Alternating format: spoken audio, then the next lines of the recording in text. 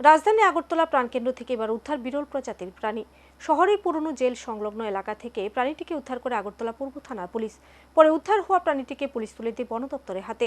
পরবর্তী সময়ে বন দপ্তরের কর্মীরা বিরল প্রজাতির এই প্রাণীটিকে সিপাহীজলা অভয়ারণ্যে নিয়ে যায় বলে জানা যায়। রাজধানী আগরতলা শহরের বনমালীপুর বিধানসভা কেন্দ্র এলাকা থেকে উদ্ধার একটি বিরল প্রজাতির বিড়াল, যার নাম লিপার্ড ক্যাট।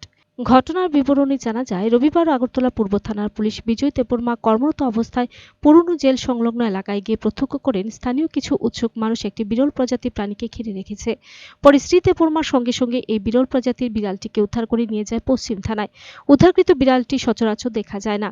এরকম একটি বিরল প্রজাতির প্রাণী উদ্ধার করে থানায় নিয়ে যাওয়ার পর খবর দেওয়া হয় বন দপ্তরের কর্মীদের। পরে বন দপ্তরের কর্মীরা উদ্ধারকৃত বিড়ালটিকে নিজেদের হেফাজতে নিয়ে সিপাহীজলা অভয়ারণ্যে পৌঁছে দেয়। শহরের জনবহুল এলাকা থেকে এরকম একটি বিরল প্রজাতির বিড়াল উদ্ধারের ঘটনায় জনমনে দেখা দেয় চাঞ্চল্য।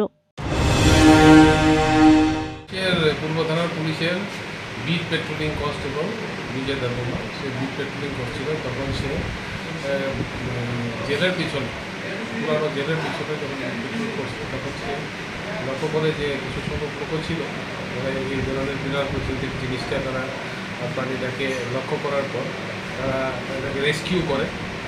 তখন আমরা এটাকে রেস্কিউ করে থানাতে নিয়ে আসি এবং ফরেস্টের অফিসিয়ালদের খবর দিই।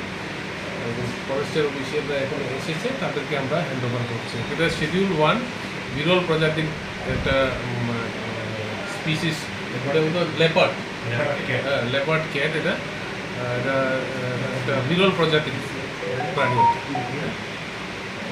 এটা এখনো কই নিয়ে যাওয়া? এটা ফরেস্টের তারা এখন এটা আমরা হ্যান্ড ওভার করে দিয়েছি ফরেস্টকে।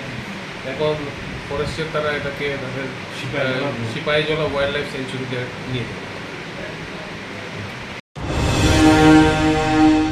Bureau report, search India channel.